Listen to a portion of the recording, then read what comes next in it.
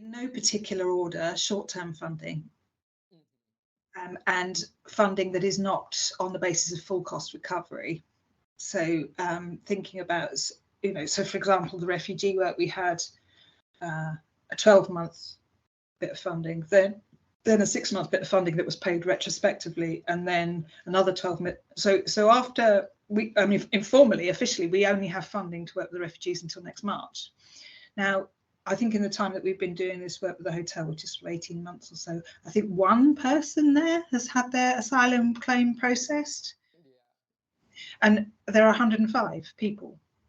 So they're not going to all suddenly disappear as much. So that short-term funding is problematic. Because if there's a great cliche, business cliche, if you fail to plan, you plan to fail, which I find myself repeating quite often. So the lack of strategic planning around how the voluntary sector is wanted to work with the NHS, that's an issue. We are not able to pay very huge wages, and in a city like Brighton and Hove, that's extremely challenging. Just to sort of give you a bit of context, there's a sort of benefit cap on how much housing benefit people can claim in this city. So for a 2-bedroom flat, that's £1,000 a month that you can claim maximum housing. The average cost of a 2-bedroom flat in Brighton and Hove is £1,700. So if you're doing something like a link worker job, that's getting on for half of your take-home pay on your rent. And then if you look at the cost of living stuff that's going on, so that's tricky. And sort of learning the language of the voluntary sector and the language of the arts, which is my background, and then the language of the NHS. We might all be using different terms to refer to the same thing.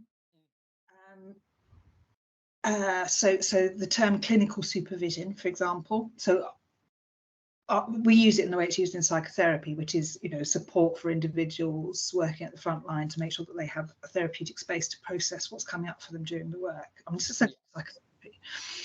But if you use it in a GP context, it's a GP, an experienced GP monitoring a new GP to make sure they don't make any mistakes. So that it's quite a different way of using exactly the two same words. So those kinds of things, we have to kind of talk to each other to learn each other's languages. And the NHS uses a lot of acronyms, which you have to really kind of be alert to. Sort of resilience, but that probably applies to our NHS colleagues too. Finding the ways to keep people well in their jobs in the face of really extreme demand. My team are so brilliant. I love them to bits, and they are fantastic. And we have very low sickness rates, and we manage to hang on to our staff, and we prioritise their well-being. But we know that doesn't happen across the board. And we are very fortunate that we're working in a sympathetic environment here. Our NHS colleagues here are quite similar in that regard. So the ethos is shared, the shared values, I guess you would say. And I was talking to some people in another part of the Southeast yesterday about how their social prescribers are working. And it's an entirely remote service, so it's telephone or screen only. They work entirely from home. They're pretty much on their own. They don't have supervision. I was thinking, I actually don't know how you could do that job in that way, not just lose your marbles. I just think that would be so hard. I suppose the last big barrier I would say is that when our work was set up, initially the arts and health, the HERA work, and then the social prescribing that came along afterwards, there's a sort of, you've probably seen it, the sort of pyramid of sort of health, the way the population is divided, where you've got like 5% at the top, multiple complex needs, 30% of sort of ongoing health concerns, and then the other 65% of people who are basically well most of the time. And social prescribing is meant to work with that 30% element around social determinants of health, so loneliness and confidence and those things. But actually we're working a lot with the 5% because there are just huge gaps in statutory services. So the complexity of our workload is significant, much more so I think than was originally envisaged when social prescribing became a thing in the NHS.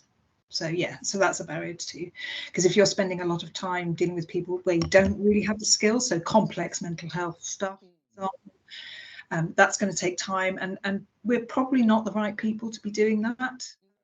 If there's nobody else, there's a kind of humanitarian case for maintaining some level of support.